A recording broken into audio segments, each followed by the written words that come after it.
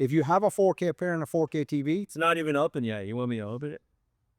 it's up to you. You do whatever you want. I gave it to you. It's a gift. We could give it to you if you want to film that too. But let me give you a little history on it. So, you've seen Enter the Dragon? No. You know the lady? Yes. Of course, I'm never died. So, we're filming in 90. We're recording. Oh, we can take snippets of it or whatever. What happened to the other camera? Your camera? We pulled it and put that for that for your. So, Enter the Dragon was made in 73. Enter the Dragon has a tournament in it, but it's not a tournament movie. It's basically Dr. No, the James Bond movie, with Bruce Lee and martial arts in place of daughters. In 73, it came out, it was a blockbuster hit, long story short. There wasn't another movie like it in terms of success for martial arts to Bloodsport. And our Bloodsport was made October, November 1986. I wasn't even born yet. They released the cut. Terrible. Didn't like the cut because the editor they had, which was Carl Kress, and he's credited as the editor. The editor, because contractually they have to. For he's not the editor of this version, he's the editor of the original one. And he didn't know how to edit fights. So it didn't look that good. It was nothing special in the slightest, even by 1987 terms, which they started editing in early 97. So Menachem didn't like it. Van Damme went back in because at that time, Canon had in-house editing suites. So they had little booths, twice the size of the toilet, in the building that was already there. So it cost them nothing. So they bring in an editor and they just edit. Van Damme said, let me sit with an editor. I know the fight scenes, Menachem. I know what we shot. I know the angles. I know how we'll cut this. And he did. And that's the release that got released in February 25th, 1988. You have martial arts friends, right? Like you're Yeah, these a lot. every single one of them would be obsessed with that film. Well, yes, I do that. They're only on this project. You know, the best of the best. Yeah.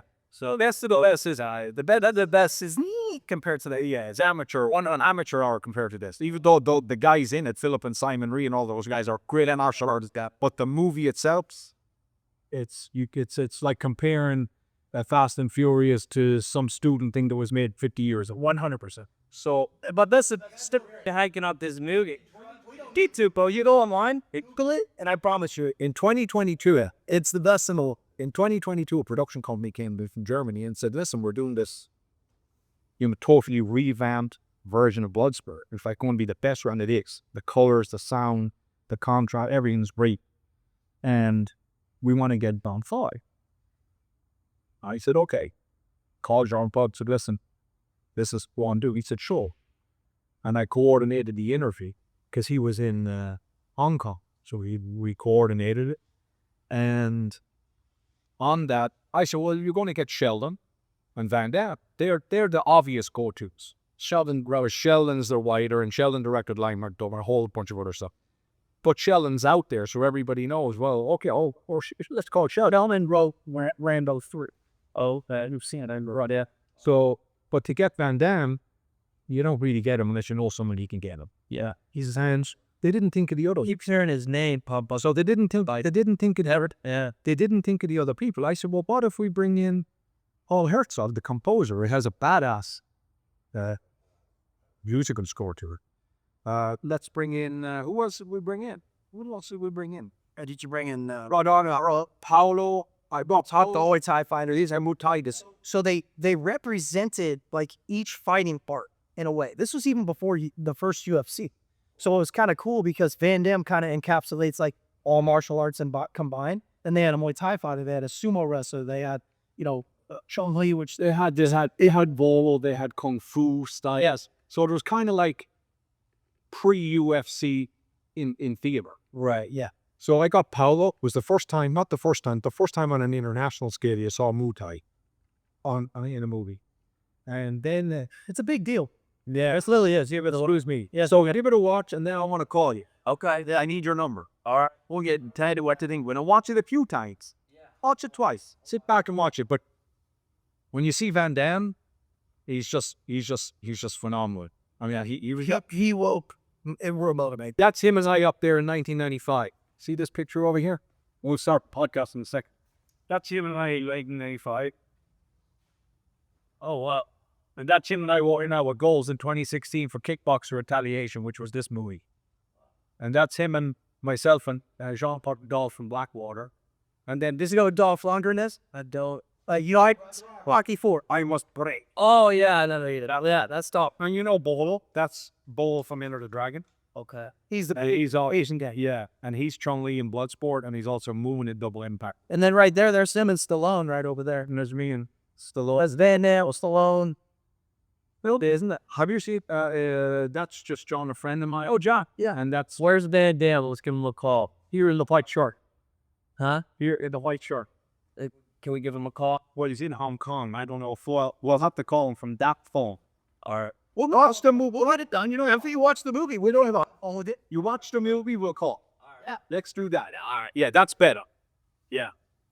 Yeah, let's just do it. So today on the BSC podcast, we got a good one. We got Georgio. How do you say your last name, Georgio? Georgio Poullas. Poullas. Okay, because I hear certain people saying it one way, other people saying another way. I have a couple names now. You know, I got the Take Me Down guy. I got this social media TikTok wrestler, and then what I go by is Georgio Poullas. But it's funny, a lot of my fans, a lot of them know my name, but a lot of them just know me as the Take Me Down guy. They're like, "Oh, you're the Take Me Down guy." I'm like, "Yeah, that's me." So it's funny because how I was introduced to you is my nephew is a big wrestler, a huge wrestler. Actually, it's been 2 years now that he's been wrestling. He got started a little bit late. Like I started when I was like 6. He started when he was like 11, like 10, something like that. But anyways, he was sending me your clips. And I'm like, dude, this is awesome. So I started watching because I wrestled my entire life. I started watching. And then, so the audience knows, randomly, I bump into Georgio at a fucking gas station, Yeah. like at a 7-Eleven. It's been like 2 months ago now, something like that, right? Yeah. You're in LA. Like 3.5, 4 months ago. Yeah, where was that? I can't even. That was in Las Feliz. Okay, there we go. Yeah, so laundromat, 7-Eleven. Think I was doing my laundry over at the laundromat when it is 7-Eleven. I think get water or something. Yeah. It's just wild how shit like that happens. I know now we got you on the podcast. You know, my nephew is, you're a huge inspiration, my nephew. But now we're gonna get your ass into acting. Yeah, we're gonna get you moved. Yeah, I want to know about you guys too for this when I post. So tell us, you guys know me. Tell us about you guys. Who are you? What do you do? What's your thing? And I thought of you, well, as an individual, my name's James Bennett. I come from Ireland. I grew up doing martial arts. Started doing martial arts when I was 5 years old.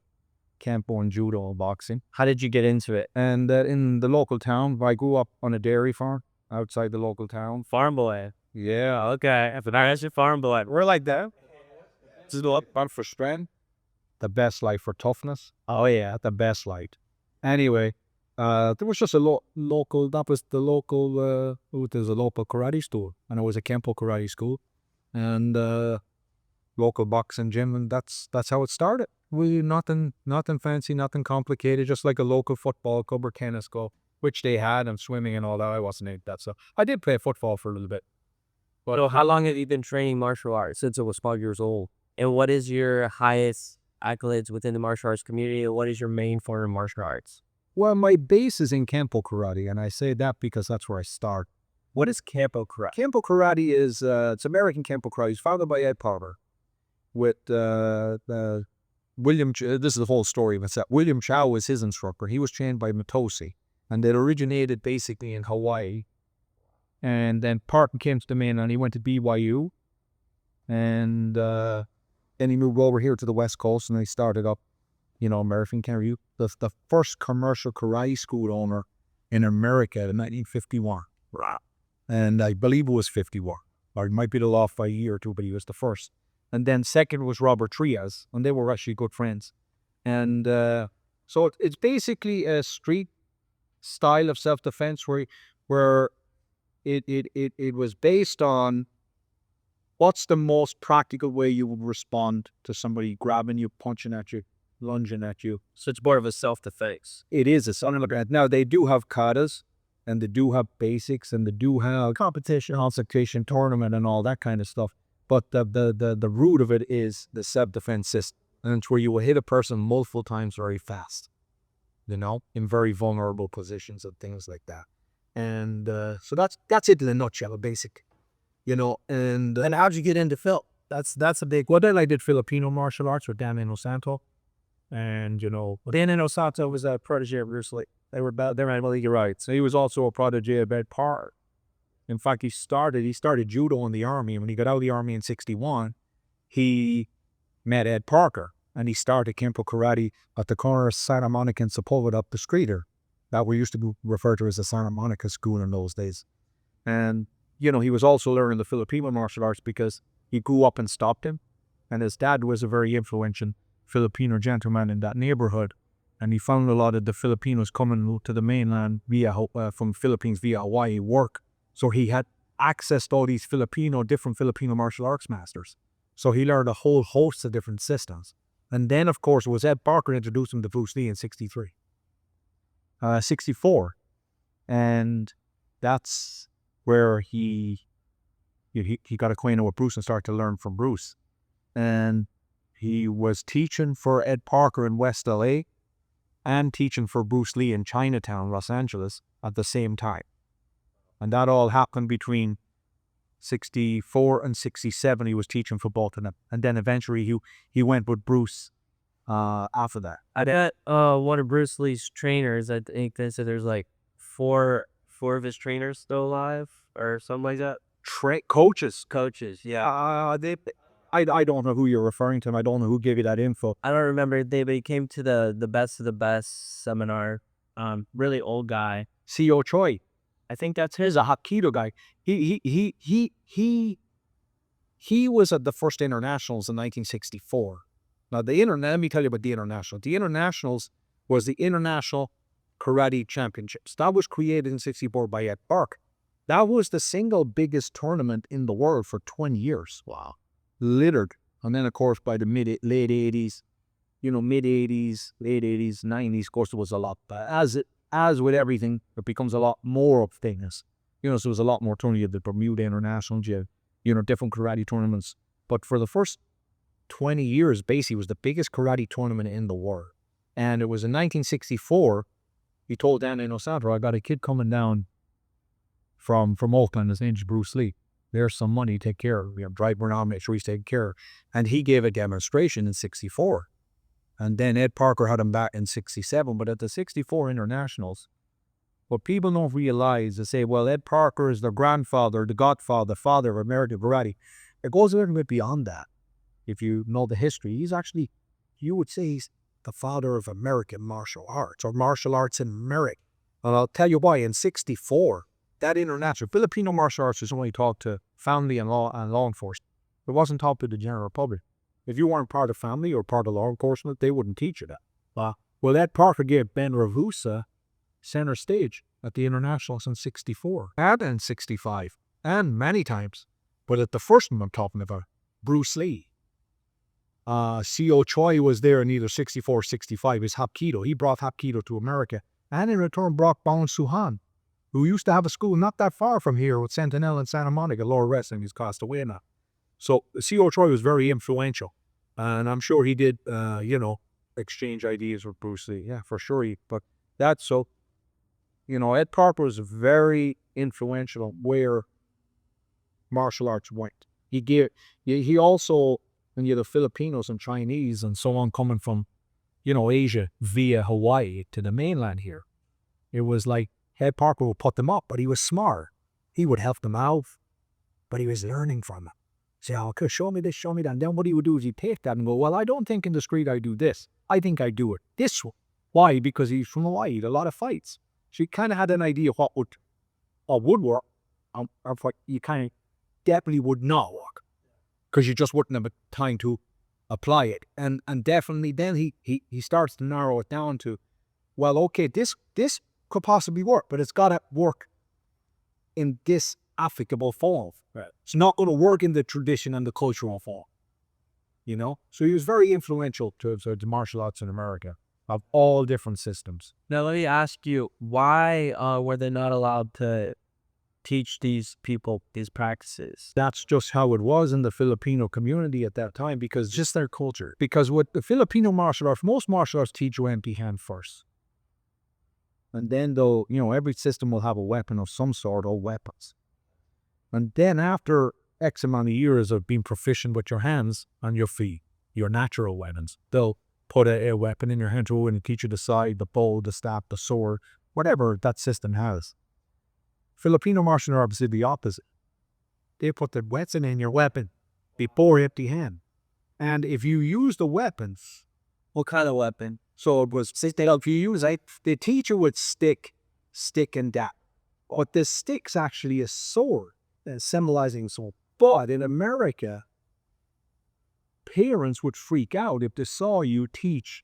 Like right here, I have a lot of training daggers. But in the past, parents were a little bit more open-minded. Now, some are still not. You would teach a stick and a dagger, and parents would freak out because they didn't understand it. Teaching the dagger for a reason, but also teaching to defend against the dagger. But they just saw it as in, you're putting like a deadly weapon in my son's or my daughter's hand. You're going to get locked up on it. So what they did was they changed it to a short piece of round baton, the same length as a dagger. So they refer to it as the long and the short. So you had the stick and the short stick, long and short. And you were teaching your kid how to, but the parents never hear. They just saw two sticks. Yeah. But the actual stick, They got smart. is a sword. It's an actual sword, symbol as. So what you'll do, the way you defend against a stick, obviously would be very different the way you defend against a sword. I mean, you won't have as many, the variances again, you won't have as many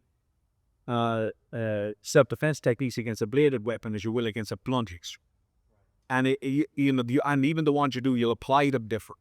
So they would do that. But if you use the weapon first, it speeds up your reflexes. It actually, if I work with you for 1 month on double stick, your wrestling will get better. Yeah. Yeah.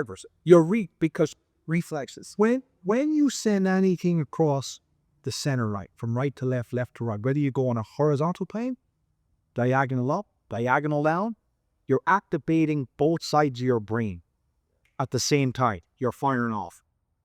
And the reflex will speed up. And you're already like brilliant at what you're doing. You can move really fast, and you're not a small guy either, but you move like a smaller guy. Before I met you, I thought you were a smaller guy. What are you, 175? Like 170. Yeah, but I thought you were like 140. Yeah. But you're moving like, that's a conflict. Yeah. But if you use a stick for 1 month, you'll respond faster because it speeds up your reflexes. Don't. You react faster. That's one thing that Dan Inosanto told me that many years ago. He said, I'll show you. Yeah. So that's basic. That's why it was only taught to family and law enforcement. But when Ed Parker gave Bennett Roos the center stage, it blew up. And then they changed the model. So, well, let's teach it to everything, but why not? And the reason for that was because on the Kempo crest, if you look back here, you'll see like what looks like a spider's cobweb. You see the ladies on the wall? Yeah. See to the left of that's the web of knowledge, spider's cobweb. Yes. Then to the left of that's a patch with a dragon and a tiger. Yeah, you see that? See the dividing lines, the 90s and the 45s? Yeah. He got them from Ben LaRussa. And that was what you were just explaining. Yeah, center line, behind us. And he got them. So in return for that, he got a lot of weapons of it. I do. And I can use them all. Jakes, tell him to. I mean, he's a wealth of martial arts knowledge, man. I mean, like wealth. I'm telling you, even to me, I thought I knew a lot. I know 1% of what this guy knows. Tell him how you used all that to get into the movie industry, because you've done quite a bit in the movie. He'll be modest Did not tell it, but you hear all of he's done a background. Go into Well, I don't know how we can do it all. Then the interval would be about some summer. But this, so move on. As a kid growing up, I saw martial arts movies when I was very small. But really what happened was around 1986, I had the Combat. Combat was a martial arts magazine in Europe. It was made in England, but it went out England, Ireland, and I think it maybe went some across a couple of countries in Europe. Of course, different countries that kept karate, Bushido, so on. But there was two magazines I primarily got as a kid growing up: Combat Magazine and Martial Arts Illustrated. And they covered everything. They covered martial arts from all over. Plus, a lot of the people in it were English, of course, and they were traveling already. So they were bringing back a lot of the knowledge from like Thailand, Burma, Cambodia, like Burmese boxing, Cambodian boxing. Some of these systems, people go, what's that? Well, people just spend, well, it's kind of like Bhutan. Well, yes, it's similar to look at, but to learn it, it's different. In certain villages and sects, they have their own like kind of draw and take on certain martial arts, even though they're similar. It was taught a certain way in a different village or a different sect of the society in that area. What's all different? So Cambodian boxing primarily emphasizes the elbow more, but the way they plumb and clinch, It's just like Muay Thai in a way. So it's very simple. well, it is, but Muay Thai emphasize more the knee and the kick. But they clinch differently and more aggressively. It's called Kun Kamai. Yeah. Kun Kamai. What does that mean? Cambodian box. Oh, well, But Khmer, basically, is the language. So it's basically Kun Khmer, but it's pronounced Kamai. You should meet my Cambodian boxing coach, Crew Torat. He will clench you in ways you don't have about me. I add that to my he plums it because there's ways and the way he'll show you to get out of it, you're going to go crazy. where's the have you ever run into a situation where somebody ties up with you like that? Yes. Yes, and how do you normally react to that? Well, when you say the clinch, what kind of tie up or like Right behind the head. So he'll do ones like this, he'll do them like this, he'll do them like down. He'll clinch them and then for example, when he clinches like this, Okay. he squeezes the side of the neck and he keep his elbow down a lot, especially if you come this way. He'll keep this and he's digging this elbow in, then he'll change it this way. You lock on and he hooks behind your ear. You see, and I mean, I'm not saying you don't know it. I'm saying, how is that compared to what you do? Right. It is different the way I do. Yeah, because I know what they were. I remember doing an open tournament one time, and that was the first time somebody ever grabbed me like that. Yeah. And I have Huge. When he comes out of it, he'll do things like he'll jam that shoulder. So it's for more, and the elbows drop. So and of course you're going to go here, Bob, potentially. And he'll do other things like he'll nullify here, and he'll limit you to one side at a time. Now, if you're afraid of wrestling, you're going to kneel. So But you can add this to your wrestling. yeah. And the other wrestlers most likely won't have it. That's all I'm saying. I'll say it. But like for wrestling, if you do that from this one And maybe This one? wrestling, yeah. For me, I'm gonna pop this. I'll walk here And then go beer here. first of all.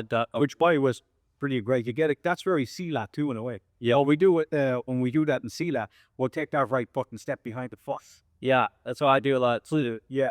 So, but you should beat this guy. I like it, and he's excellent at it. and I can tell like He's going to give you 10 different plunges, and you're going to go, okay, well, you're going to have some, of course. you've opened your mind to a lot of new stuff. I've noticed that too, which is awesome because you're now trying to get a little bit into Taekwondo, correct? Yeah. That's just my wheelhouse, and then James's wheelhouse is more. Well, mine is a little bit of MMA and Taekwondo is my wheelhouse. James's wheelhouse is everything. Yes, you Knows talking every. Tell us about you. Who are you? What's your main form of combat? How long you been training? Tell me about your acting as well. So I'm Zach. Started the Taekwondo probably when I was about 5, I believe. Started wrestling at 5 or 6. Grew up in the Midwest, same like you. Have those Midwest values, which I bring out here. Don't ever tend to lose them. And then I'm That's one thing I always said when I did get out here is I don't give a funk. I will never sell my soul for shit. And so I want to bring that out here and show everybody back home and everybody else that's looking to do something, whether it be, doesn't have to be acting, could be anything, just whatever their purpose that they found is, that they can do it and be themselves completely. They don't have to be a freaking, a little worm that changes its shape every single time they come around somebody. And you see that out here like crazy. I'm sure you've already seen. Oh yeah. So I mean down here in 2014, so it's been a little bit of time, specifically to go into the acting world. Did a lot of fitness type stuff first, did magazines and stuff like that. That was kind of my segue into it, commercials. But acting's always been my thing, and I've always wanted to get into that. So, I've dabbled here and there, done a few films, a few television shows. Things like, I don't know if you've ever seen Dave. You ever seen the television show Dave? Yeah. Yeah, with Little Dicky was in that. Hey. And in like Grey's Anatomy, Lucifer. Lucifer's a big one that people love. Just recently had a film on Netflix that was in the top 10 called Re-Education of Molly Singer. It's like an American Pie-esque, if you've ever seen American Pie.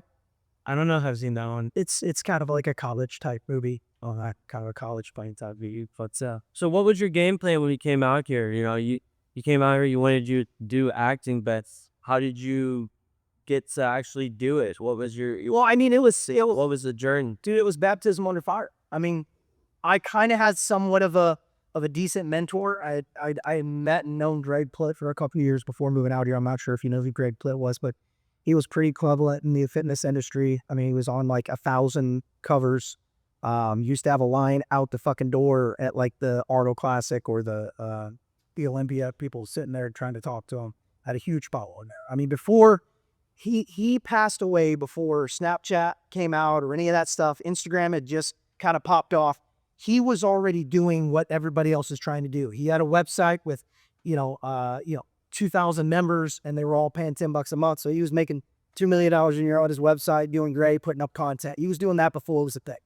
And then he got hit by a train and passed away. No, making a commercial type deal. Fans crazy. But so he kind of guided me a little bit, which I was happy to have a mentor. I think everybody has to have somebody like that in their life when they get out here. So I wasn't purely lost, but he told me, you're going to hear no 10,000 times, but it only takes one yes. And so I always thought of that. And I was a little eager. I'm sure James is eager too. I would email the shit out of casting directors. I would throw my headshot to everybody. And I realized, dude, that's not going to work. I decided, you know what? I'm going to work for free. I'll tell people I'll work for free. Hey, look, man, I want to be in this film. You don't have to pay me shit. I just want to work. Guess who else did that? Van Damme.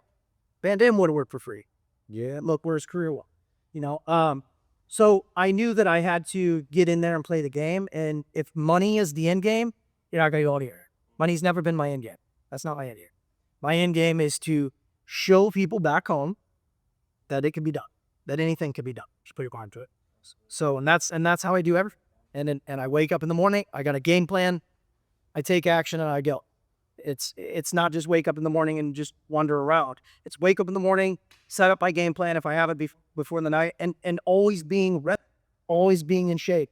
If somebody calls me and says, hey, I need you for a photo shoot tomorrow, I have to be pretty much in decent shape.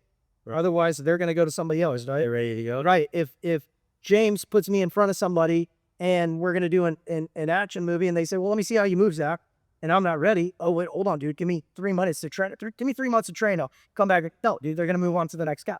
You only get that yes when you remain. Yes. So be fucking ready at all times, which is what you do, right? I mean, you're training for this Muggsy battle now, right? But you were always training before. So nothing really changes, right? Maybe a few micro pivots that you're going to take, right? Stepped up a little bit. Right. Maybe a few micro pivots. Maybe you're going to take a look at tape and see what he does and really kind of study his game. But at the same time, you never stop training. Neither have we. I mean, we both train consistently.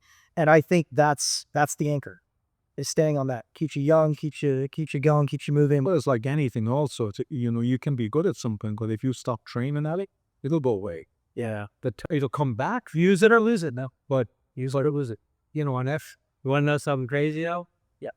I haven't really trained since college. Not wrestling, at least. But you're training every day with your shop. I do train almost every day. I always stay active, but you wrestle every day. No, I don't. So when you say you train, what does that entail? Taekwondo, boxing. I do a lot of heights. But you're already splits Always moving, yeah. So who are you doing taekwondo? Master Scheerer. He's a 10-time Brazilian national champion. I'm able to define this. Brazil guy. That Higgins, the academy. No, I know Higgin, but no, I train. Scheerer comes to my house. We train, or else either way the Go stuff, something like that. Yeah. Go on. The short guy. Yep. Yeah. He's a good taekwondo guy. He's great. He's good. A couple of months ago, I was at a CO Choi seminar, and he was there. Was there at my house or no? It was at it was somewhere in Pasadena. Okay. Or on the border. Was it Pasadena somewhere else?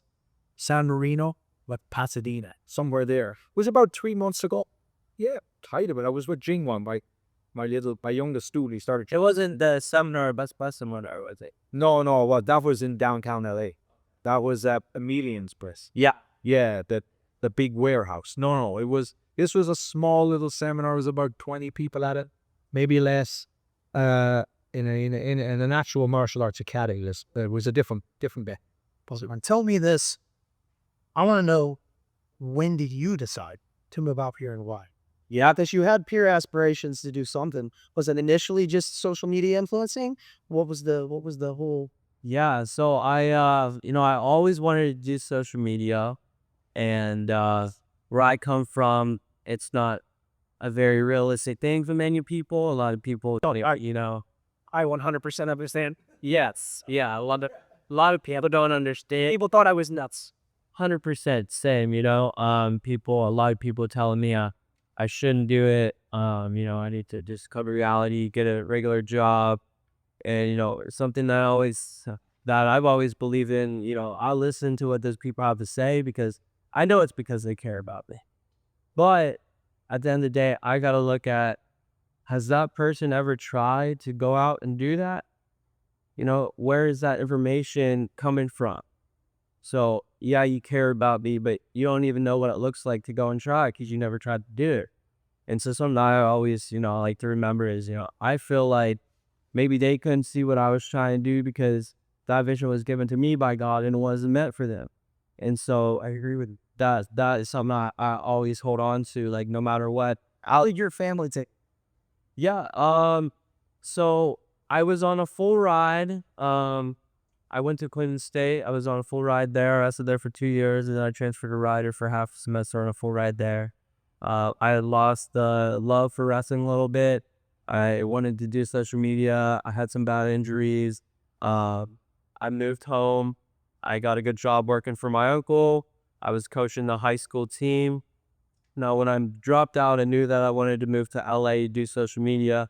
But another goal of mine was always to be able to coach my little brother. So he was on the high school team. He was a junior. I stayed for a year. I coached him, elevated him. He did really well. And then I had to make a selfish decision for myself. It's like, do I stay and coach him his senior year, or do I go out and get my career started? And that was one of the hardest decisions I had to make. But I Not a selfish decision. I felt like it was because, I wanted to wanted to be there for them. Exactly. I wanted to be there For them to see you make that decision, which is based upon setting your entire life up, that's inspiring. That's not selfish. That's showing them to have courage to do something that they will be stepping into the same spot one day. Yeah. You know what I mean? In my opinion, that's just my perspective. Yeah, no, I mean, it was definitely one of the hardest decisions because I'm a big family guy, and like, Me too. I struggle with that. It was hard to make that decision because I did want to stay and coach them, and yeah, a tough decision, man. But anyways, it felt like I had to get my career started. I had to start moving in the direction I wanted to. So throughout that whole year of me coaching, I had mentioned it multiple times to a lot of people that I wanted to do that. And everybody told me, not to do it. And it came down to the point where I was getting really comfortable in my life. I had a good job. I was my own boss. I mean, I was my uncle. Exactly. I was coaching high school team. I got into a rhythm, and I was comfortable, and that scared me because I knew what I wanted to do, and I wanted more out of life. And I knew that if I stayed any longer, I wasn't getting out. So one day, Everything you're saying is exactly what I want to do. yeah, 100%. I had a time where when I had to tell my grandfather, which was the closest person in my life ever. I mean, he's my best bud. He passed away in 2019, but in 2014, when I had to sit in front of him and tell him, because I had a similar story. I ran some gyms back in Illinois. I had a really good job, good house, made good money, everything. They're like, "You're living on the dream, Zach. What are you doing? You're living on it." And I had to tell him, we were just talking about this earlier. I had to tell him, I just quit my job and I'm going to LA. And that's it. And at first he said, "You're not. Call him up right now. I'm telling you, you just made a mistake." I said, "I can't do that, Bob." I said, "Because here, listen, in 30, 40 years, one day that window is going to close in regard to my physicality, my mentality, and everything that I could have done when I was young. And I don't want to sit back in a rocking chair one day and tell my grandkids and think, what if, and tell them, well, your grandpa could have went out and done this, but he didn't try."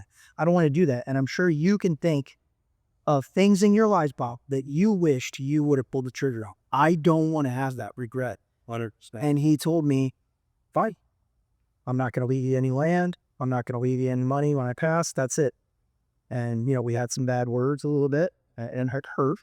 And then the next day, when I went with my friends that night, and then the next day I get a knock on the door, 5:30 a.m. Zachary, get out to breakfast. So I come out to breakfast and said, I thought real hard last night. I couldn't sleep whatsoever about everything you just said to me. I couldn't sleep. And I'm going to give you 2 years. 2 years to go out there and make this happen. If not, we come home. They never asked me to come home. Not once.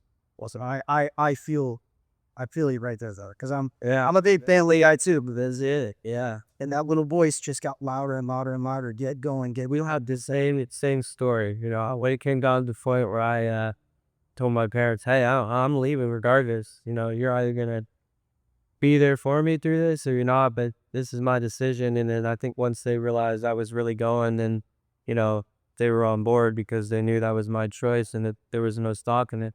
hardest thing was leaving, dude. I mean, because I remember looking at my rearview mirror and seeing for the first time my grandfather just bawling, and my grandma he was not a cry-a-well. He grew up in the middle of cornfields, worked his ass off starting at 12 years old, Yeah. And that hurt. But I told my mom the same thing. I said, "Give me 1 year, not 2." I said, "Give me 1 year."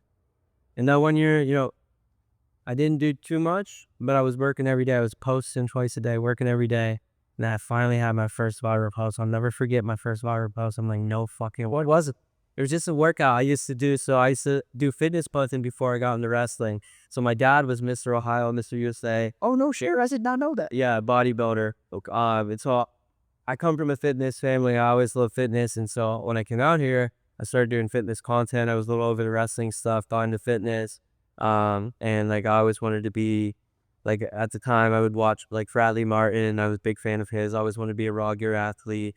So that was my initial goal. And what sparked that is what really made me know I can fucking do it is I knew someone else that did it. My ex-brother-in-law moved out here with my sister-in-law, and he did it. And he got a wrong ear sponsorship. He blew up on social media doing fitness content. And I'm like, if he can do it, I know I can fucking do it. There's no doubt. If he did it, I know I can do it. There's no reason I can't.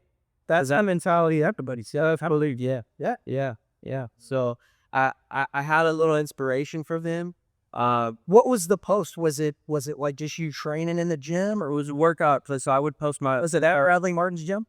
Yeah, I believe it was. But I would post just my daily workouts. I would do bicep workout. Yeah. And I would post each bicep workout I do on each slide.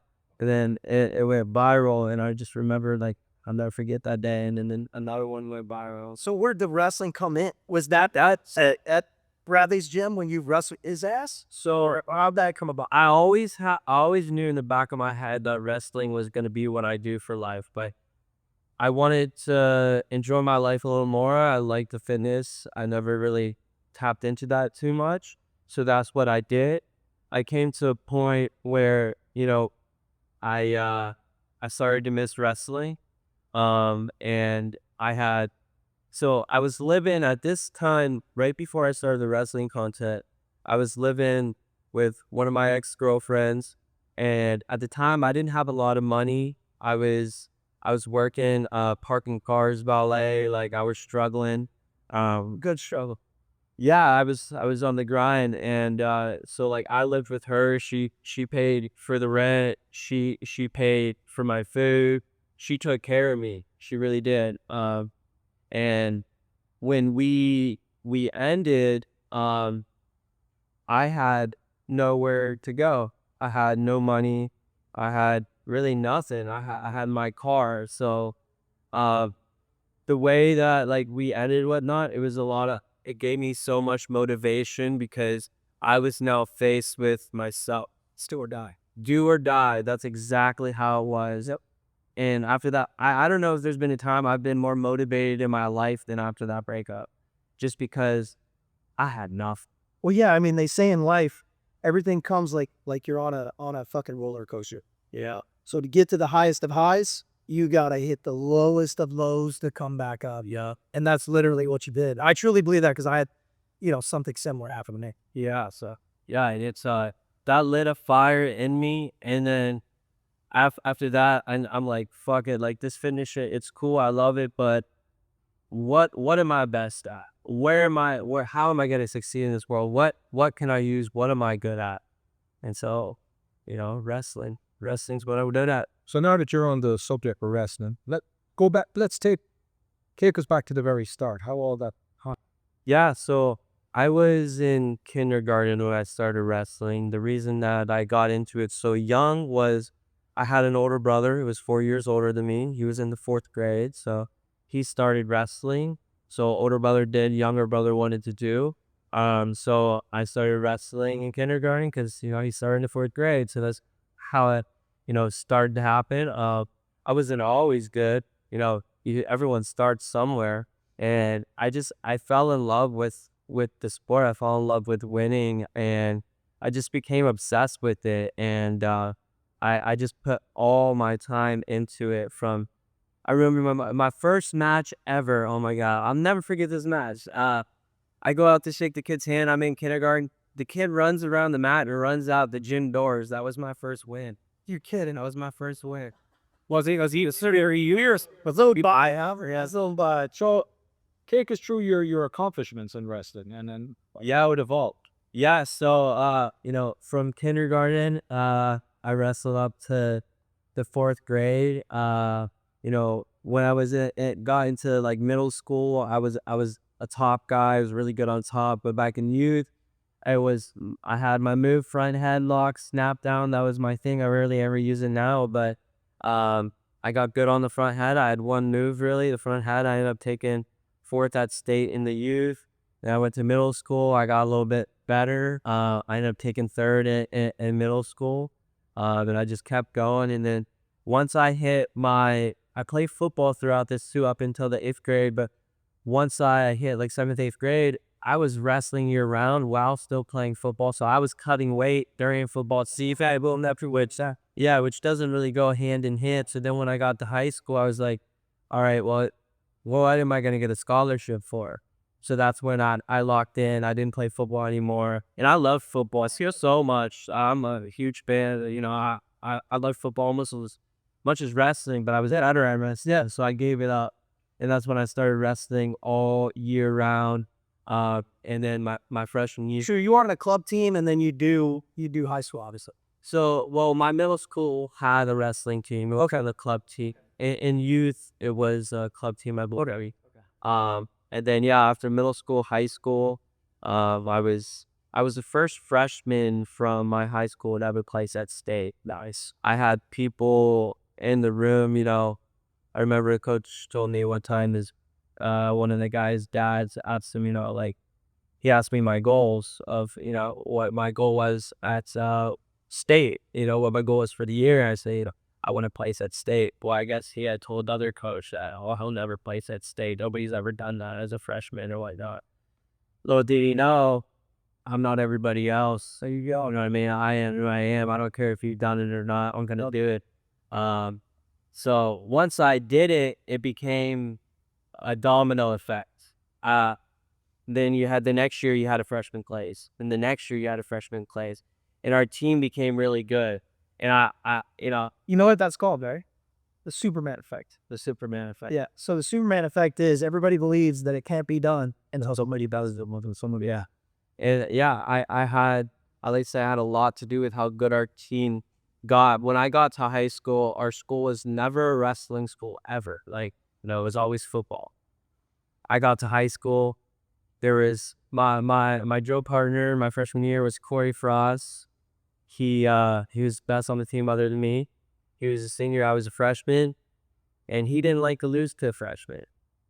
And so that lit a fire under his axe. Which made you bet. Which he was more of a coach that said more of a lazier kid. He had the best college, but he was lazy at it. He didn't really go after it as hard as he could. But when I came into the room and he saw me going after it and me taking it to him, that was like, all right. He changed immediately. He changed. So now I had him change. He had a brother, CJ Frost. He was getting after it. I mean, when I went in there and the guys saw how I worked, they just they picked up on it. I wasn't there to play. And so we went leading by example. Yeah, we went from a school that was never a wrestling team to while I was on the team, we were state runners up twice. That's fucking. As in the year I left, they were state runners up a 3rd time. That's awesome. And so I really just, I'm grateful for the team I had. But I think if I wasn't on that team, I don't think we would ever been anywhere close to what we would have been. Yeah. And it's funny, it's obvious. The truth is, yeah. But I was very blessed to have those guys get behind me, because those guys they would try their hardest to take me down. They really would. At first, when I first, That where you notice like the people get taken out. yeah, I throughout all of high school, I was gotten taken down 3 times in the. Now, was that the part of wrestling that came natural to you? Or was that the part of wrestling that you worked the most? Which part? Avoiding being taken down. No, I never worked. You were just good at I never like focus on not being taken down. That didn't become a thing until now. My focus was just go out there and dominate, just hit my best moves. Has you had anybody that's been able to take you down where you go, whoa, shit, I got to work on something? I haven't, since I started my series, nobody's taken me down. But there have been times when I'm wrestling with really good wrestlers and they hit a move. I'm like, hey, can you show me that? Yeah. That's other thing about me is I always ask questions, always. So I could tell I was that good that if the coach was showing a move and I seen it and I knew a move to stop the move, I was like, well, what do you do if he does this? You know what I mean? And I would question the coaches, and they're like, oh, well, you do this. Like, I was always asking questions. I was always picking out the coaches, like, hey, well, if I do this and he does this, well, then what? Yeah, they're showing me the move, right? Yeah. But if the guy knows how to defend it and he does that, well, then what do I do? You know, those are the questions I would ask. And then so, you know, everybody else around would then get to see that too. But I was always asking, you know, when I was a little kid. And then once I got older, you know, my high school coaches weren't the best. They were great people, great coaches, but technique-wise, they weren't the best. So, you know, I traveled the country. My dad took me all over the country. And, you know, every Sunday, we were like a bunch. Yeah. And you know what? He did that for me because, and he would have done it for all my other brothers too, but, you know, they didn't have the hunger to be good like I did. I wanted it. But I said one very important thing. You always ask questions. Yeah. Because I do too. Yeah. And I always say to everybody, ask questions. I mean, Yeah. you know, and a lot of the time I ask questions that I already know the answer to. Yeah. But you get the answer in a different way. I do. And a lot of the times you gave me the answer, but I never thought of it in that was Aaron. Yeah, so that way, that's what makes you better. And that's very interesting because I always tell my students, ask the question, even if you know the answer. And some Make it a different answer. the people that don't ask questions are coming from 2 spots. Either A, they think they already know it, which is a huge hindrance in regards to growth, or B, they're too scared to ask a question. So when you ask that question, it's a win-win for everybody because now they're getting out of it what they needed to get out of it, hopefully. Yeah, right. Now, did you ever have to use your wrestling in a knee life? Yes. What is it did with Bugsum? No. Well, I'm talking about where someone loses, not anything that's preset, something where someone comes at you. And how did it compare to the way you applied it on the mat, opposed to the way you may have applied it in the real situation? Was there a difference? Obviously, the environment's different. I want to say one more thing real quick while we're talking about asking questions. Ask so many questions that now people ask you questions. You know, that's what it turned into, you know. And then it also turned into me seeing the coaches showing us move and me knowing what the coach was doing wrong in that minute. There you go. So, but yeah, so wrestling, I've been in more fights than I can count. I've never started a fight. It is hard for me to walk away from a fight because I don't like to get punked. I try to because it's not worth it, especially now. You know what I mean? I avoid fights at all costs, but there was a time where I didn't. And I got in a lot of fights. And They don't look at your ears and go, fuck, man, I probably should. now these guys are stupid. They're doing the bars. Yeah, they're at the bar wanting to start shit. I'm a smaller guy wearing a t-shirt. You don't know me or anything about me. They're just big guys. I've never fought just a guy smaller than me, ever. It's always been the big guys because That's where it always happens too, right? That social setting. yeah, It's so funny. I got to bring this story up. Probably gonna kick my ass for saying that. Well, he's a wrestler too. Wrestling college. He follows you. His name's Tyler. Good buddy of mine. went to college together, grew up together. Probably my best friend. And we would go out all the time. And again, we normally wear tight shirts. Somebody's going to say shit to us at some point. Well, Tyler now is a cop, so people don't say shit to him anymore. But we were at the St. Louis Cardinal game one time, and I gave Tyler this shirt to wear because he didn't have any St. Louis Cardinal shirts. And it was a pretty tight shirt, but it was an old school shirt that was my dad's from the 70s. So he puts it on. We're out, and Tyler's just used to having assholes say shit to him. So this guy comes up and says, dude, it's a fucking tight shirt. And Tyler goes, sorry, I fucking fit in it, asshole. And I'm like, dude, no, he didn't mean it like that. He's like saying that's a sick shirt. That's like a tight shirt. He's like, oh, dude, I'm fucking sorry, man. Like, gay Molly and stuff. And it's just super funny because it reminded me of, that's the life. Or that's the thing. They're all still doing that same shit. Going out every weekend, listening to rock. All my friends from high school, it's hard for me to hang out with them. Unless we were on the same wrestling team and we bonded through wrestling, it's hard for me to hang out with my friends back home because they have their life. They have their 9 to 5. They're not going for anything else. And so, like, me, I want to talk business. I want to make money. I want to get I want to grow. And, and it's like they have none of that to talk about. But another important factor to what you were just saying is the psychology of people, because I have a friend in Ireland, and we're young, but we would go to the bars, even though I never drank or anything. I would have a Red Bull or Coca-Cola or something like that. And he would look and go, what's that guy look? Oh yeah, he's got a problem. I'm like, buddies, I got buddies. I'm like, relax, man. He can be looking at you, even be just looking in your direction. He may not be even seeing you at all. Yeah. It's like paranoia is not a good thing, especially if you're a trained martial artist. You're a wrestler, you pick someone up, you slam him on the ground, he breaks his neck, you're done. Yeah, I'm a problem for sure, legally. Break his fucking head, or you punch him, and he goes down and bangs his head. Or you break his jaw, knock out all his teeth. He got a couple of bills to pay. Yeah, so it's always kind of... That's the scary part nowadays, too, because everybody's so happy. And I'm sure, correct me if I'm wrong, I'm sure the bigger you've gotten now, the more people you have fuck with you, I'm sure. Yeah. I mean, yeah, but also you're going to evolve, you just want to say. Yeah, it's like, he's already evolved. It seems, I don't know, he gave a fellowship to, it really is what it is. So when are you going to transfer all that into getting in a cage? Is that it? So I have a contract offer right now. Very soon. So now, like I said, I've been training Taekwondo and punches, working on my stand-up. I think, I never thought I would compete again. I really thought I was done competing. I thought I was just doing this for the fun of, sport, what I love to do on the internet. But I did always know that eventually people are going to want to see me fight. The money's going to be there. Is it going to be an MMA fight?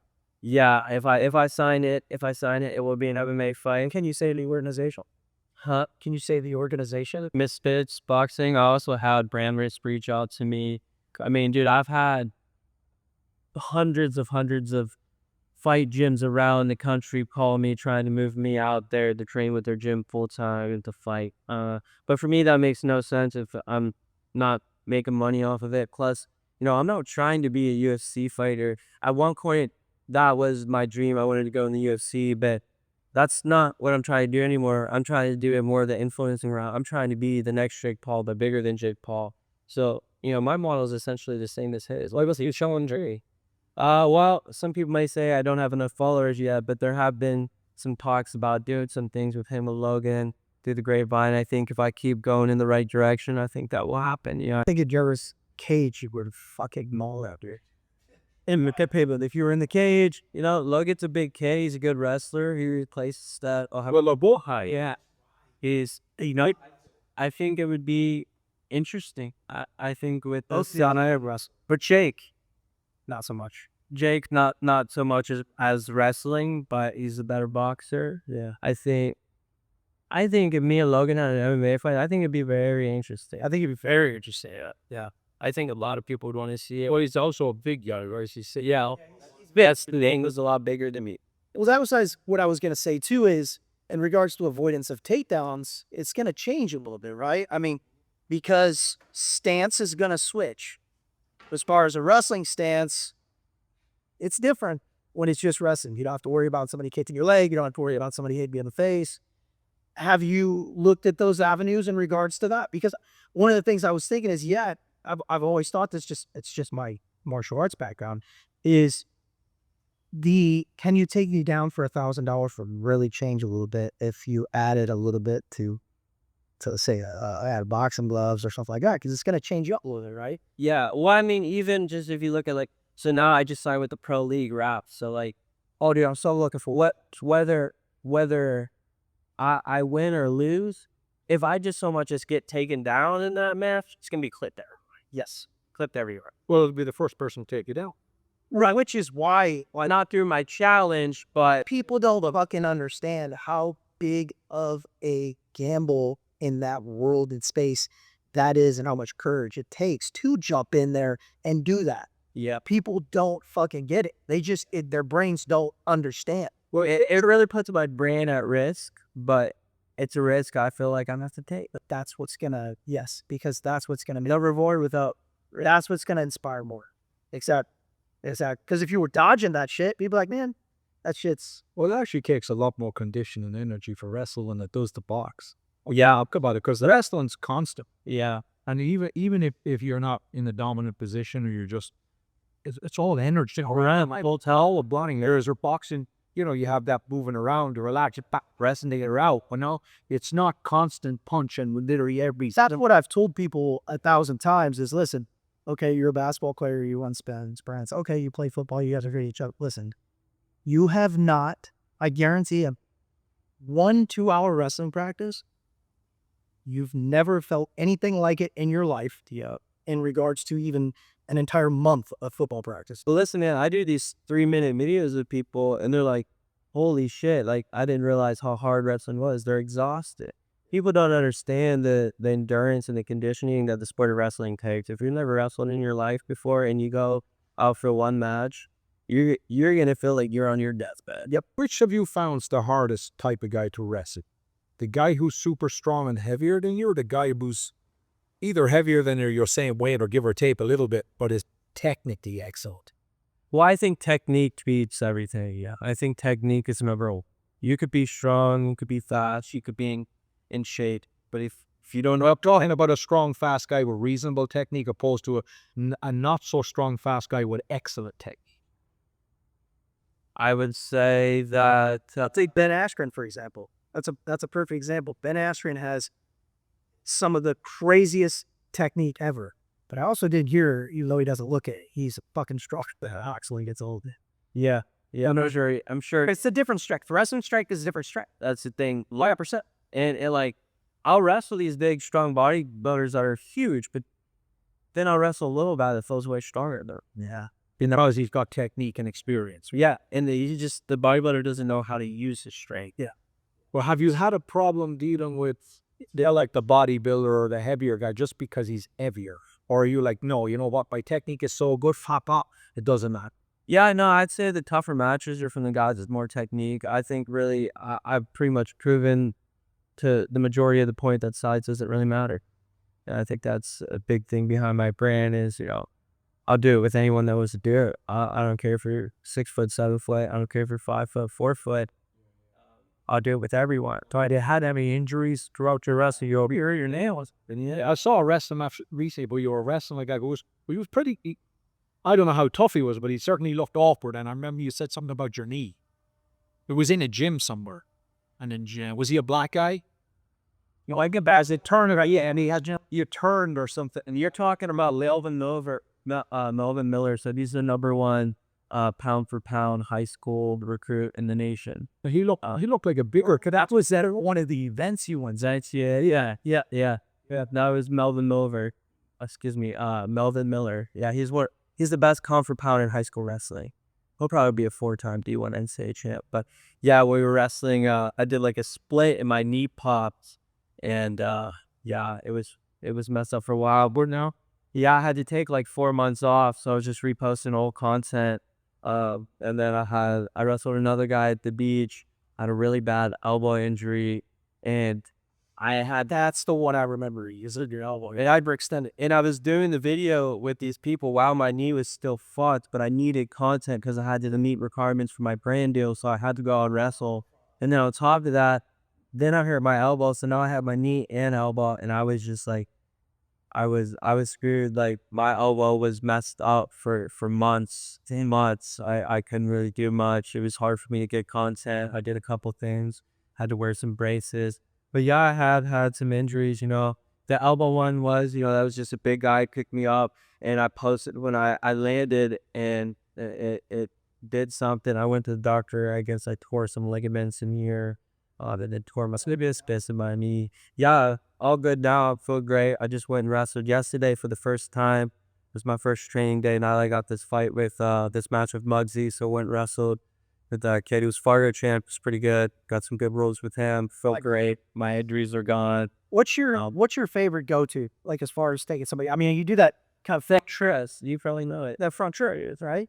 The front trip? Yeah. Inside leg trip? Or? Yeah, that inside leg trip. Yeah. So I'd say my best move is, you know, it's my secret, my underhook knee pick. And my second best move is inside leg trip. But I stopped hitting the inside leg trip when I messed up my knee, so I haven't hit it in any of my videos. I can hit it now, but I've been hesitant too, just because. Tell you a funny ass story. Well, not funny at all.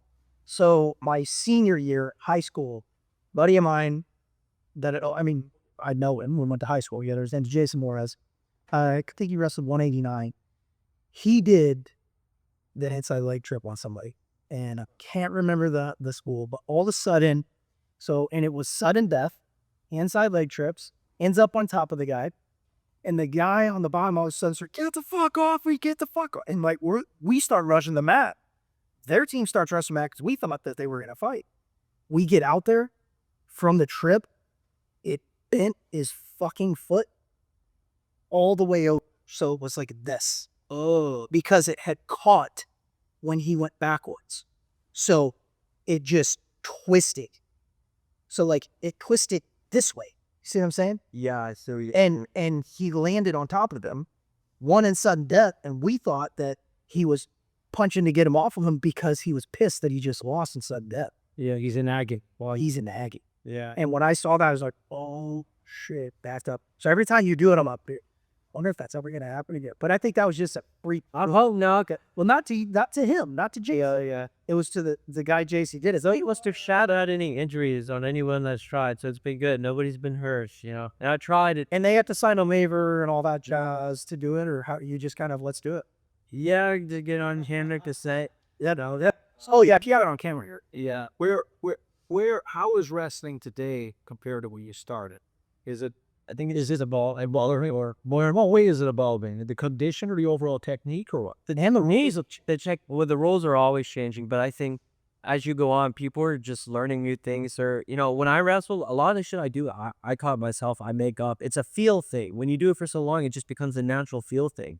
And a lot of these guys are learning as this younger generation comes up. They're learning new moves, different techniques, different things that they can do. And that's why you now see all these leg rolls and all these funky moves that people are scrambling. The game is just, it's elevating and elevating. Since I started to now, it's only elevated. So when you came up in wrestling, was it curriculumized? Meaning you had X amount of takedowns, X amount of sprawls, so on and so forth. In regards to the system, training your training, yeah, like in the system. So if you spend 5 years, or you're just going in freelancing all the time on 20 different techniques, like how was it run? So for me, I mean, starting very basics for when you first start out, the first thing they teach you is your stance, your foundation, your wrestling stance. Then they'll go on, they'll teach you a sprawl, and they'll teach you a shot, you know. From there, then you start to elevate, but they stay with the basics. When I first started, they taught me what stance, and they taught me a sprawl, they taught me how to shoot. And then from there, you just amp it up and you do more and more. And then as you get better, you learn different moves. But you always have to start with the basics, you know, very basic stuff. But over the course of years, I was the kid that would stay after to ask the coach, how do I do this? How do I do that? Because I wanted to learn more. I wanted to do more. And then they would have open mats on Sundays. I remember my first open mat I went to, I learned a new move, my first open mat. And it was the fucking Peterson, this high school kid. Caught me to Peterson, and I was in youth, and I was like, what the hell is that? I thought it was the coolest thing. He taught me to Peterson on a Sunday with their open mat, and then I go to practice. I hit everybody with that damn Peterson. I mean, I scored that thing on everybody. I went out to my matches. I was hitting the Peterson. I was like, all right, I'm going back to open that next Sunday. Let's learn something else. So then I would have to show me new moves over and over. And then I would just work on that in practice. It would be like, okay, I got to hit this. And a great way to teach is, so when you learn a new move throughout the day, when I teach kids a new move and we go live, I'll teach them like 3 or 4 moves. They're only allowed to score with the moves that we work on. Oh, that's smart, bro. That's smart. That's the only thing they're allowed to do. That's good. That's really good. Yeah. So did you find that out of all the techniques you've learned, different techniques, moves, did you find that there's probably 4 or 5 go-to ones for you that you'd say, if these are the one I kind of use these all the time? Yeah, only there's ones you never use. Yeah, I mean, I know so many moves, but you don't need to know so many moves. You know, you just need to be really good at 4 or 5 things. For me, I have a system. Every move I hit if I don't get it, puts me in a situation to where I can now hit my second. And if I don't get that, well, now I'm set up for my third move. So if you watch me wrestle, I'm a very in-your-face wrestler. I'm a tie-up guy, and if I don't get one thing, I'm on to the next thing already. It already set me up. So, you know, my system is, you know, underhook knee pick, inside leg trip, top under, high crotch from an underhook, single leg from an underhook. Like, all my stuff is in your face. If I'm not scoring with my underhook knee pick, well, then that's put me right into a single leg. If I'm not scoring with my single leg attempt, well, then I'm ducking the other side, or I'm trying to go double. There's my setups, the way my moves all complement each other. So basically, it's the old adage where it's how basic it is space, but you have a couple of moves if you've done 10,000 fights, opposed to 10,000 moves you've done a couple of hundred. But I know a lot of tricks, a lot of very slick tricks to get me out of a lot of situations that people don't know. Whereas, how did you discover them, or were they taught to you? They were taught to me, and I created them. You know, I would go to scramble cams, funk cams to learn those things. But I'd say where I saw, which is why nobody's been able to take me down, is at that last second when somebody's about to take me down, like wizard or just a wizard itself, a simple wizard, yeah. But at that last second, I know 3 different moves that I can hit at that last attempt to ensure to try to stop it. And whether that be, you know, like somebody, I remember when the first time I wrestled a kid, I picked him up. He was like, I don't know, 3-time state champ from Michigan. First time I was hit with this, I picked this kid up, and I go to mat returner, and he hits a cartwheel out of it. Fuck, that was slay. Yeah, I thought that was a guarantee too for me. Like, I really thought I was gonna score this, picked him up, bring him down. He hits a part while of it. It was the first time I seen that. And then now, because he hit that on me, like, I learned it, I wanted to do it.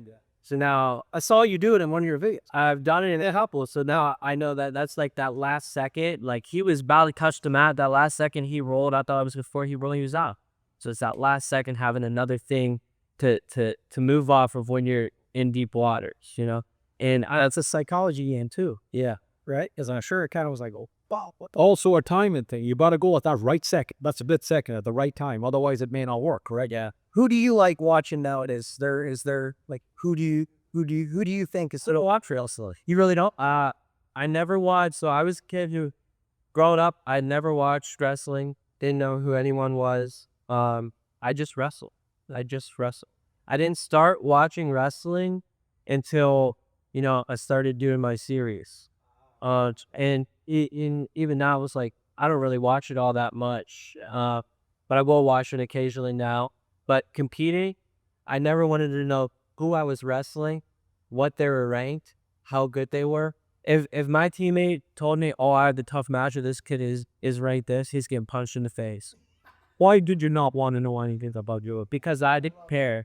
Good, no, he wrestled me. He didn't wrestle me.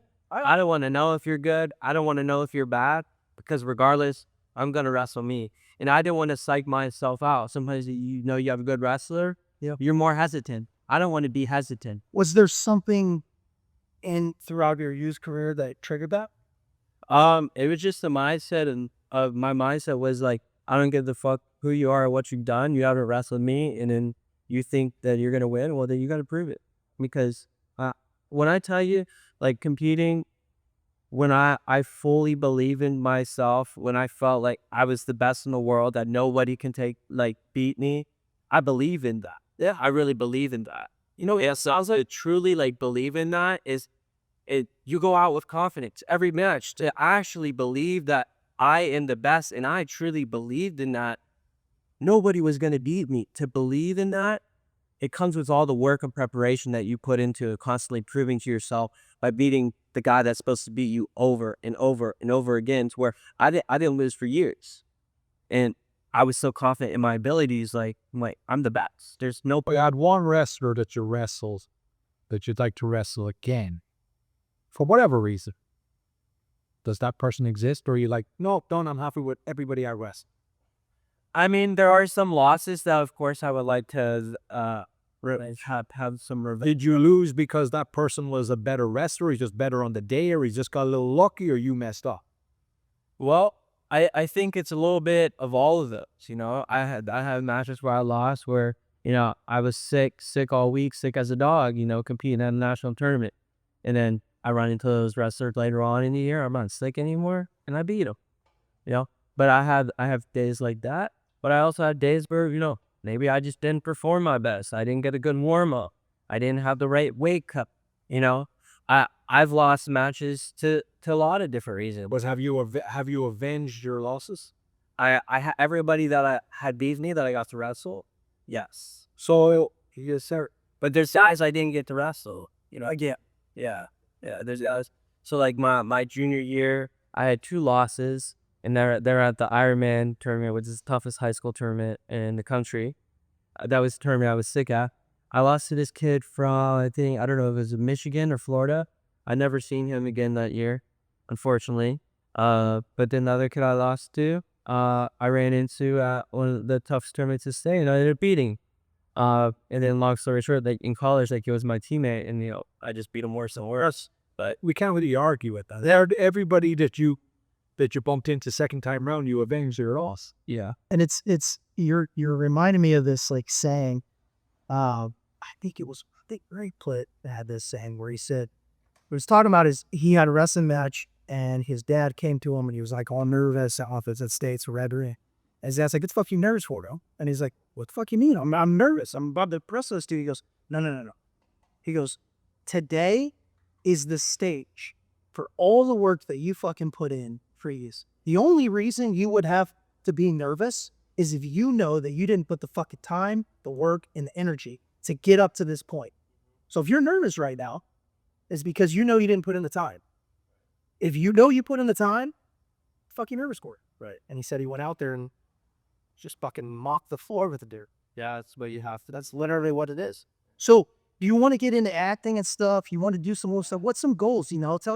I know you want to get into the acting, which we're going to work on. Yeah, that's been, moving out here. That was one of my goals, is to be a movie star, right? For me, social media was like my way kind of into that. I would build a name, but really, yeah, the goal for me is I want to be a movie star. I want to be a famous actor. I want to be in the fight scenes. I want to be in I want to be a stunt actor. That's what I want to do, and I have the ability to do all that. I can ride motorcycles. I can shoot guns. I can do parkour. I have it all. I have everything that they need for an action movie like that. But it's just, meeting the right people. That's part of what brings me here today. I was taking time I did come connect with you guys that do something that I have an interest in, that to build that connection and see where at or what else, like you brought up before. Asking questions, exactly. But yeah, no, my goal for me is, just number one is just, without health, you have nothing. So to stay healthy, keep working hard. But, I really do want to get into the Netflix scene. I want to get into the movies. For me, that's one of the ultimate, goals, along with what I'm doing. It's something I've always wanted to do. It's the industry I feel like it's hard to break into. It is. And so I just have to learn, my route of where I can sneak in, what cracks I can get through. And it's in the door. Just same way that you got into what you're doing now is the same way that you get into the actor's. It's everything you do prior to the show. Everything you do prior to the audition. If you don't put in the work, you don't get. Yeah. I don't know how many people that I've talked to that have just come up and asked me, dude, hey man, how do I get into acting? I just want to get into acting, and I'm like, okay. And they're like, well, I'm gonna do it. Have you had an audition in the last 2 years? Well, no. I had. Well, why not? Well, I haven't gotten to that yet. You got to get on the stage first. Yeah. And So how do you get an audition? What's your advice to me? here's my advice. I leave here today. What do I do? I will, for one, on a side bias, I'll work with you 100%, give you the entire platform, and I'll give you it and how I do it, 100%. And hopefully, because you'll be the second person to do it the same way I did it, you'll do it 10,000 better than me. That's what we owe, right? But this is what I told everybody, because this is what I did. Nobody fucking taught me all this stuff. Greg Plitt did mentor me a little bit, but Greg Plitt was a fucking he was a diamond in the fucking rough. The dude was just an Adonis. Looked like, I mean, he was an Army Ranger. Dude was a fucking just savage. Okay, and like I said, he was a good looking dude. Looked like an Adonis. He had already accomplished so much in the fitness industry. For him to walk over into acting, people were asking him to do it, right? So it was that route. For me, I didn't have that route. Okay, what I did is I went on Google and fucking started going, how do I start? Right? I asked all the questions, right? What I found was, and then people that in the audience can look into this and send this as well. There are a few sites that you can start without an agent. So you have LA Casting, Actors Access, and then there's another one. I can't. Backstage. Fuck Backstage. I wouldn't mess with that. You're gonna get a lot of pulling you in for extra work and stuff like that. There. Actors Access and Breakdown is the go-to. You go on and pay the $30 a month or whatever it is. Open up a profile. Get some headshots. Some good headshots. Do some research and find a good fucking photographer that knows what the fuck they're doing. Not just, hey buddy, can I pull you in the backyard and take some headshots for me? No. If a casting director sees that, body, it's not gonna happen. Putting together some footage. Work for fucking free. Dude, I worked for free. First thing I ever did was I got on and I found on Actors Access. Actually, I think it was LA Casting actually at that time. And I found some stuff that was literally non-paid. But they were doing short films for like colleges and stuff like that. You got to start somewhere. If you think you're going to walk in and just get a fucking a 10-liner on a TV show, it's not going to fucking happen. If you don't have a resume, which a resume is, you on camera doing your thing. If you don't have that, you're not going to get anything, right? So I work for free for footage that was acting in front of people. Didn't have to be fucking Robert De Niro in front of me, but they can see my craft. It gives me the opportunity to show my craft. You have a lot of footage of me. However, none of it is acting. You may put on an acting face when you get ready to do an intro or when you're doing an outro or anything like that. That's good because that shows you how that you can put your nerves aside and you could go, right? That's a good thing. But that's not acting. Acting is working with the person in front of you, feeding off each other like a wrestling match. I give you something, you give me a little more back. Acting is like that, right? So you get that on camera and you get that in front of people. If you get on LA Casting and Actors Access without an agent, you can still submit to tons. I used to wake up in the morning before I had an agent, before I had a manager. I would wake up and my first 2 hours of the day was going through all of the episodics, all of the, minor little movies that are getting made out there for $500,000 or $200,000. And I'm just getting seen as much as I can. Headshot. More footage. Larger. It builds. And then finally, I remember in 2016, I got the call that I finally got an agent by him seeing the movement of my stuff. Great. On my resume, did you get an agent? 1 year. 1 year. 1 year. Yeah. And it was a lower level agent. My agent now is a lot higher level, but that one was a lower level agent. But it opens doors. These agencies can get you the auditions that the Actors Access can't. How did you get connected with an agent? Let's see. I email. People that I worked with. Hey, who's your agent? Who's your manager? Oh, that's cool. Go on IMDb. Search it out. Oh, there's an email. Okay, send it in. There's no rules to this. Just fucking do it. You know what I mean? Just do it. What's the worst you can get is a no. And I did that for a long time. And then I finally got an agent. And then I remember when I got my first call for Grey's Anatomy and I had like 10 lines or something like that. And that was, to me, a breakthrough. And I had done some smaller stuff, but nothing on a grand scale like that, right? Now to me, that's one real role. Yeah, that's one. So it took 2 years or so to get that. It's a huge show. Yeah, it's a huge show, man. To get that one. But now that goes on a resume as something way bigger than just, I worked for free for this shitty little $100,000 movie or whatever for footage, right? I looked at it as footage, baptism under fire, throw myself in the game. And then I did get, you can call it luck. I don't know if I believe in luck. I think it's a trained ability that collides with an opportunity. But if you don't have the trained ability, that opportunity may come. If you can't fucking capitalize on it, it don't mean shit. That's not luck.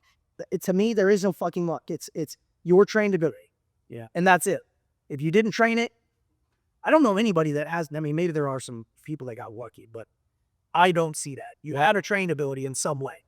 Even Van Damme, like that Costa. My experience kind of like yours, different at the same.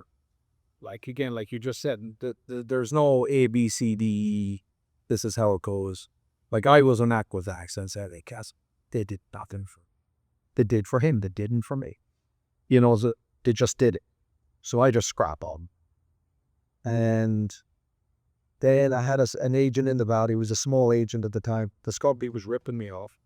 Sent him a lawyer's letter, but just, you're going down and said, cut the contract. And then how I got cast actually in the Clint Eastwood movie was, I just went to the casting. Stuck directly straight in. They just walk in. That the fit. So you're going to find out. But it's probably worth. If we talk in a year, 2 years, or in 5 years, or we talk every year for the next 10 years, you're probably going to find that little pieces were, everything was similar but different. For example, what always worked for me was walking right up to somebody, shaking them and saying, hi, how are you, this and over. It's the only I could ever trust. Because the truth is, like, Zach's is slightly different. Truth is that to really get on, in my experience, to really get on, not where you have a par, where you're in a really good role. And there's, in every movie you watch, if you're not in 3 or 4 roles, you're just in there. There's 3 or 4 roles where you can say, this guy's going to have a career. That's not to say the guy that's not in those 3 or 4 roles that's in the movies maybe could be better than the lead actor. It doesn't always have something to do with how good you are. There is that thing where I do believe there is that thing that we call luck. And you're right. I do believe it's preparation needs opportunity. You have to have that. But, for example, you look at a lot of actors, and the only reason that their kids are in movies is because of who they are. That's luck. Yeah, that's luck. That's luck. They don't go to acting school and study. They don't knock on it. Be nice. They don't. It's probably actually not. But you can think a different way and go, no. Hopefully, agree the way both not us or our case. It's not as fulfilling as it is for the guy who has to start at the. That's what I was just going to say. Fuck that. Well, You'll right to the top. Yeah. It's the principle in wrestling or any sports of them. When you go from the start, whatever age that is, and you excel, there's no greater appreciation than if someone just said, well, there, you're in the top spot. Well, because the majority of those people, they have to go home, look at themselves in the mirror, and look, they can fool themselves as much as they want, but they know deep down, hey, the only reason I was in that is because of my dad. Now, I had that conversation with a producer recently, and I see her, and the real job that you're hired for, that you're going to for sure know you're good enough, is when they hire you because they think you're good at. Yeah, that's what I'm saying. Now, I had this debate with a producer, and he goes, it doesn't matter how you get the job as long as you get the job. That's true too. Yeah, he says, who cares if you're the son of somebody or if someone put you in it because they owed you a favor or they know you. You got to be able to deliver. And if you're not, it won't matter how you got it. If you're not getting another one. Well, and that's the truth too, because I'll tell you, if at any time I would have walked on set and not been able to perform, it's probably going to hinder my opportunity to my next. It doesn't mean you won't have another one, but it's not exactly beneficial. What I've seen in the game is that for each one for me, it got better. And I I had been offered things that were lower, but in my mind, I'm like, I've already got to this stage. I don't want to go backwards. So like, for instance, like a co-star is you come on and you have 5 to 10 lines and then you're in one episode and you go out. When I did that with Grey's Anatomy, I knew, okay, I got to get now 2 episodes, or I got to get a guest star, or, you know, a starring role, right? So I made this deal with myself that I would either have to do the exact same or step up. I wouldn't go backwards. I made that deal with myself. I was like, I'm not going to go backwards because I'll be stuck in that realm forever. And it worked for me. And everything did get better.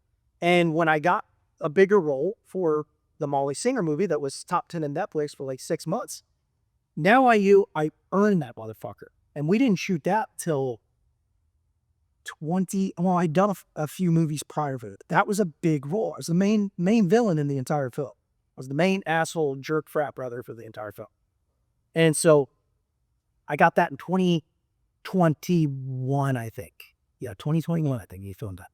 So if you think about it, it took me 6 years to get to that. But don't rely on an agent I never rely on my agent. You're going to have to go I do my own shit too. and you may then call your agent and say, listen, I talked to a producer, they're interested, they asked me to hook you up. Because the only time an agent's going to really work for you is when he's able to ask for X amount of money. It's business. Or when you have things coming in for like at multiple episodes. So I got kind of lucky. I got on to a television show called Kingdom. It's an MMA series type show. You'd probably fucking love it if you watched it. That's Frank Grillo in it. Nick Jonas is in it. Tons of fucking UFC superstars made appearances. Dana White came by one time when we were filming, so we all got to meet Dana White because he loved the show.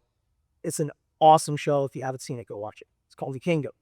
But I got on there for 3 years.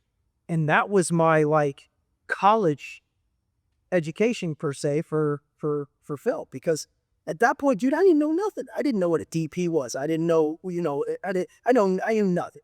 I didn't know, you know, what an assistant producer did. I didn't know anything. I didn't even know what fucking craft it was until I got in there and started playing her out, right? So that was like my college experience. But again, just going is the biggest thing. Is just doing it. You know, just do it right. You can spend all day trying to formulate a plan, but the fucking year that you tried to formulate that plan, you took 0 fucking action. Now you're 365 days older, right, and you haven't taken any action. You're gonna be able to micro pivot. There isn't. You can micro pivot all the time. One of the most interesting things Mel Gibson told me was, you know, when he auditioned people, he doesn't give them a piece of paper and say, okay, he talks to them in the hallway and they come back in and try to deliver someone's imagination that they put on paper, and you had no idea. You have to put where it's coming from and where it's going to, and you know, in order to perform that audition. Otherwise, it's just below. It's nothing. But you don't know if you're right or wrong because you don't know the script. You're like, okay, well, it could be coming from you. It could be light years off what the script's about in this slide. You have no idea. He just sits down and talks to the sun, the moon, the stars. What's going on? Where did you buy the shoes? He goes, I can tell by the personality because that's what I want when they play the role. I don't care if they remember the line. Says he's a fucking fanatic. They can improvise the lines. Yeah. He said, which happens a lot. You have to be able to improvise too because you're not going to remember every word. But he said he wanted to see the character, because that's going to bring that person, that screen out. And if you're a good director, which he is, he knows he can get that out. Not everybody's like Mel, but I will say, going back to that one thing you said, he's right. When you are about to audition, you don't fucking know what that director wants on the other side of the script. You don't know. So you have to be very, very, very strategical on how you play that. And you have to fucking believe it. And you can see it in screen when somebody doesn't quite go all in on something. I can see it. I can pick it out. You can see when there was unsure of a decision that an actor makes. You can feel it. You can see it. And then there's arguably, there's a difference between being a great actor and being a movie star. Correct. A movie star is charisma. You can be the fabulous actors. You see them in the movies all the time. they do smaller roles in movies, do 20 movies, 30, 40, 50 movies, and make it great, and they make a great career out of it. But you're not as a man, you're not a superstar. So like when you look at Stallone, Stallone is not only a great actor, but he's a superstar. Arnold's a superstar, Denzel is not only a great actor, he's a superstar. I just watching that super training day to like, man. But there's lots of guys that are brilliant actors, but they're not stars. So you have to also differentiate. Well, you got to make a decision which one you want. And then how does the camera pick you up? And again, we're not talking about shooting a wrestling video. That's different. We're talking about when they light you up. Knowing your angles, knowing your plays, your strengths. Well, that's the best way for me to become a superstar. Well, I would ask you this. How it's almost a piece. What's your why? My why? I want it. Why? Something I've always wanted to do. Why? I'm passionate about it. Why? I'm passionate about it because I enjoy film. I enjoy creation, content creation. Why? Why do you enjoy it? Well, it allows other people to see a role like creation or something that I was a part of, and probably they enjoy it. But why do you want them to enjoy that? Because it will make them happy out of it. Like it's. See how I'm getting deeper and deeper and deeper into that? Yeah. If you can figure out your why, like I told you earlier, why I'm doing this, I don't want to be. If I become a superstar, I could be a sweetheart. People. Oh, there you go. I want to make people laugh. Now I want people to enjoy. But you don't have to be a superstar to do any of those I just mentioned. But I want to be the best at whatever I do. So can that kind of say something to you moving forward? And this person, do whatever you want with the footage, is wanting to be a superstar and being one. I'm not making any judgment. I'm just talking to you in my experience, and I know a lot of people in the industry, behind the scenes people as well. It's like you make a movie, right? And you release it. Is it going to be successful? It's off to the gods. You have no idea. When people say, for example, Conor McGregor was on the He was on the stairs of a private plane in Santa Monica Private Airport. When he first started to come, he said, I have no fucking idea what's going on. Remember you told him. Why he became very popular, that guy drank it since I was a kid, I did that. He did none of it. That's the reality. When you understand psychology, he did none of it. Because you can only dream so much. You don't know what's up there. You can only do your best. I mean, there's lots of brilliant actors. The movie flops. They're a big actor. The movie flops. Why did it flop? It's out of your control. People want to go to watch it, but people like it. Or, it doesn't mean they're not brilliant at what they're doing. So when people say that, well, because no, there are certain things. You have to be realistic. There are certain things that are out of our control. For example, you be the most charismatic guy in the world, best actor in the world. The director doesn't like you, he's not going to hire you. So what does it matter? That's out of your control. People go, well, it's not. Because, no, it is. Because right now, what you're going to say or think, I can't control that. Very subjective. I can't control that. What I'm going to say or think, you can't control. But anything I'm going to say or do right now, I pick up the chair, toss it through the lights. You can't control that. If I jump up and kick that thing, it happens. So as long as you bring with the mind that you're going to do the best you can, even all the time, that's all you can do. And it's a movie business. Sam Furstenberg, the director of many ninja movies in the 80s, an American ninja franchise, 1 and 2 we directed. He said to me one time over 20 years ago, it's an industry that conspires to keep people out. There are many, plus the industry's changed. For example, if it was 30 years ago, 35 years ago, it was a lot easier. They would walk into gyms and go, wow, you look good. They don't have to know you're a wrestler. Just, oh, you look good. You know what? And you'll be in a movie. That's just that. You'll be in a movie. But will you go somewhere? Who knows? But now it's different. Even though everybody makes movies now, which is a good thing and a bad thing, because there's an awful lot of shit out there. And there's a handful of good things. It's very saturated. But you have the B movie now, which is made for $1.5 million, 1 to 3. Yeah, that's right. But for the lower actors, that's right. There's many of them. I'm not going to mention names. They're lucky right now if it's $1 million.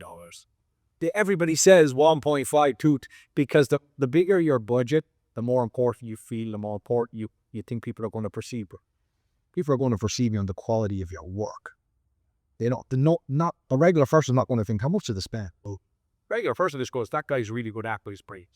I like the trees. I have been hired that one where somebody has seen me, like the day he had seen and saw. Really, he's like, oh, I saw your audition. I was like, oh, that's him. I want that guy. I remember that. And plus, it's not the night. It has changed a lot. All right, guys. So we've been chatting with Georgio. It's been fucking great, man. It's been a great conversation. We've gone through everything. I think we could probably talk for another 3 hours, but unfortunately, we all have things to do. You're a busy guy.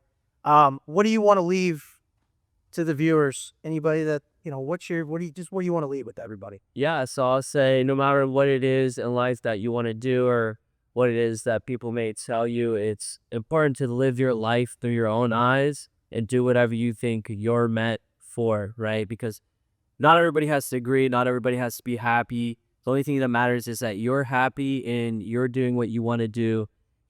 We have nothing but time in this life. So whether that's, your dream job of being a doctor or your dream job of being an actor, whatever it is you choose to do, you have time to do it. As long as you want to do it, you're motivated to do it, and you're a hard worker, no matter what it is, I'm positive that if you put your focus towards it, you will do it. And just because somebody hasn't done it doesn't mean you can't. You got to go out and figure it out for yourself. But my message to you is just go after whatever you want, no matter what the scenario is. If it's something you want to do, you got time to do it, so get after it. So I just swapped that up to what's your message today for the people. I just switched that up on Georgio today. So he gave what's the message today? Message of the day. That's what I'm talking about. Pleasure, Isaac. Pleasure, Jack. Amen.